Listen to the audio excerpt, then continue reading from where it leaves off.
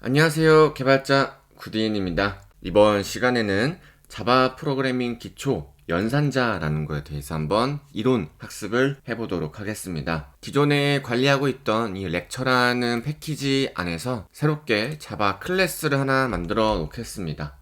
저는 오퍼레이터라는 클래스를 하나 만들게요. 자, 그리고 나서 연산자라는 거에 대해서 한번 배워볼 텐데, 연산자는 너무나도 쉽습니다. 우리가 알고 있는 사칙연산 이런 것도 연산자에 들어가는 거고, 비교연산 이런 것도 있고, 그리고 잠깐 학습했던 적이 있었는데 논리연산자라는 게 있습니다. 참인지 true인지 이런 거를 판별해내는 논리연산자가 있고, 증감연산자 그리고 사망연산자라는 것들이 있는데, 내용이 어렵지 않지만 그래도 배울 때 제대로 배워 놓아야 지금 활용할 때 쉽게 활용할 수 있기 때문에 한번 이론 학습을 같이 진행해 보도록 하겠습니다. 먼저 연산자란 데이터를 가지고 계산을 하거나 값을 비교하는 기호들을 말합니다. 그래서 우리는 연산자를 배울 때 이 기호를 배운다라고 이해를 해주시면 될 것 같아요. 자, 핀테크 서비스를 기준으로 한번 설명을 드려 보겠습니다. 자, 핀테크 서비스의 모든 화면 뒤에는 수많은 연산자가 사실 숨어 있어요. 우리가 거래를 할 때, 그리고 송금을 할 때 물건을 사는 금액만큼의 마이너스가 되고, 그리고 그 돈을 받는 업주들은 플러스가 되겠죠. 이런 것들이 데이터 기반으로 숫자를 주고받기 때문에 눈에 보이지 않는 영역에서 수많은 연산자가 동작을 한다라고 이해해 주시면 됩니다. 첫 번째, 산술 연산자라는 게 있습니다. 더하기가 있겠죠? 더하기는 말 그대로 더하는 거죠. 그래서 입금을 할 때 쓰거나 포인트 적립을 할 때 이 플러스 연산자를 쓰겠고, 빼기는 어떨 때 쓸까요? 출금을 한다거나 수수료 차감을 한다거나 그렇겠죠? 저도 오늘 아침에 이제 증권사에 있는 돈을 조금 출금을 했는데 그때 500원 정도 수수료가 들더라고요. 이럴 때 쓰는 게 이제 빼기 연산자라고 이해주시면 되고, 요 에스터리스크 표기가 바로 곱하기입니다. 그래서 이자율을 적용할 때 우리가 원금에서 이자율을 곱해서 돈을 줘야 되니까 잔액에서 이 곱해서 곱하기 이율을 하면 실제로 내가 얼마를 받을 수 있는지 계산이 되는 거고, 요 슬래시 기호가 나누기입니다. 더치페이 계산할 때 n분의 1로 이렇게 나눠야 되니까, 그죠? 그리고 일할 계산일 때도 나누기 연산자를 쓰는 거죠. 조금 헷갈릴 수 있으니까 앞에 이렇게 기호를 넣을게요. 그 다음에 요 퍼센테이지가 이제 나머지를 계산을 할 때 쓰는 연산자입니다. 그래서 짝수 혹은 홀수, 요 번호를 구분할 때 이 나머지 값이 1인지 0인지를 체크할 때도 요 퍼센테이지 기호를 쓰고요. 그리고 특정 주기 배당금 계산할 때 요런 나머지 연산자를 씁니다. 어렵지 않죠? 본질 내용은 어렵지가 않습니다. 이거 이제 어떻게 활용할지가 살짝 헷갈릴 수가 있는데, 사실 프로그래밍을 하다 보면은 더하기, 빼기, 곱하기, 나누기는 쉽습니다. 근데 나머지를 이제 활용하는 경우가 종종 있으니까 그럴 때는 퍼센테이지 기호를 쓴다 정도로만 이해해 주시면 될 것 같아요. 두 번째는 비교 연산자입니다. 자, 두 값을 비교하여 결과로 true 혹은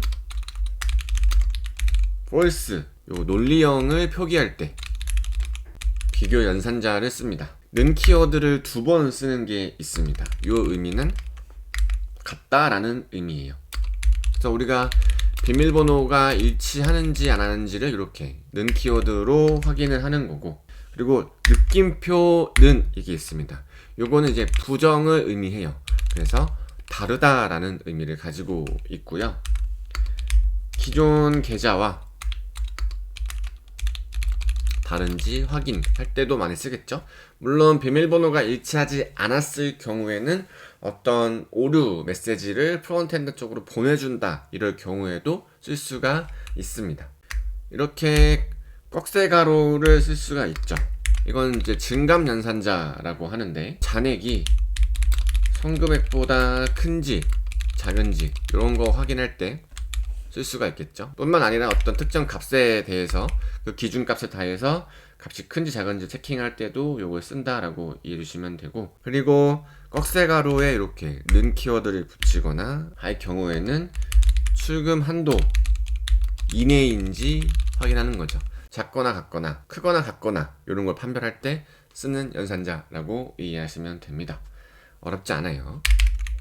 자, 세 번째, 논리 연산자가 있습니다. 여러 개의 조건을 한꺼번에 체크할 때 사용을 합니다. 자, 엔드엔드 교가 이렇게 쓸 수가 있어요. 요거는 이제 그리고라는 의미입니다. 모두 만족할 경우에 써요. 자, 로그인이 된 상태이면서 잔액이 충분한가? 요럴 때 송금을 보내거나 결제가 되겠죠.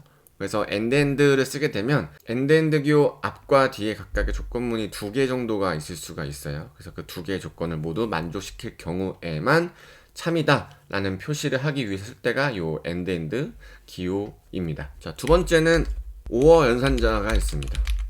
오어 연산자는 하나라도 만족할 경우에 참을 뱉어내는 걸 말합니다. 자, 본인 인증을 완료했거나 지문 인식이 되었는가, 둘 중에 하나만 되어도 충분하다라는 거죠. 이럴 때는 오어 연산자를 씁니다. 그리고 이 느낌표가 있어요. 느낌표 하나만 쓰면 not 부정을 의미를 합니다.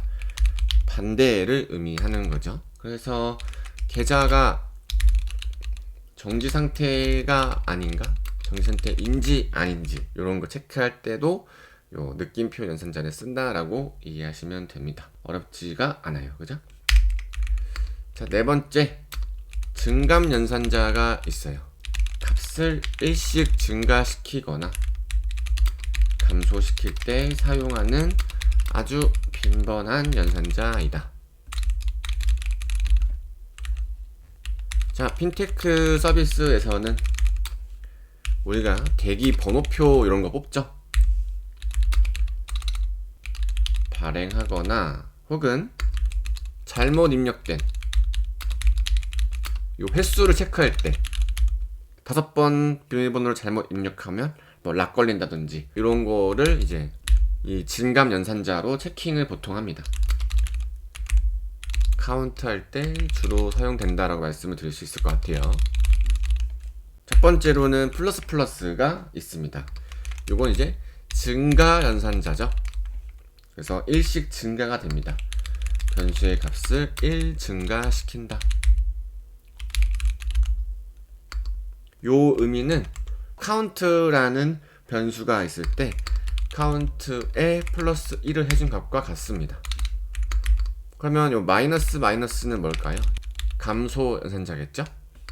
변수의 값을 1 감소시킵니다 가 되는 거고, 요거는 카운트에 마이너스 1을 해준 값과 같다라고 이해를 해주시면 됩니다.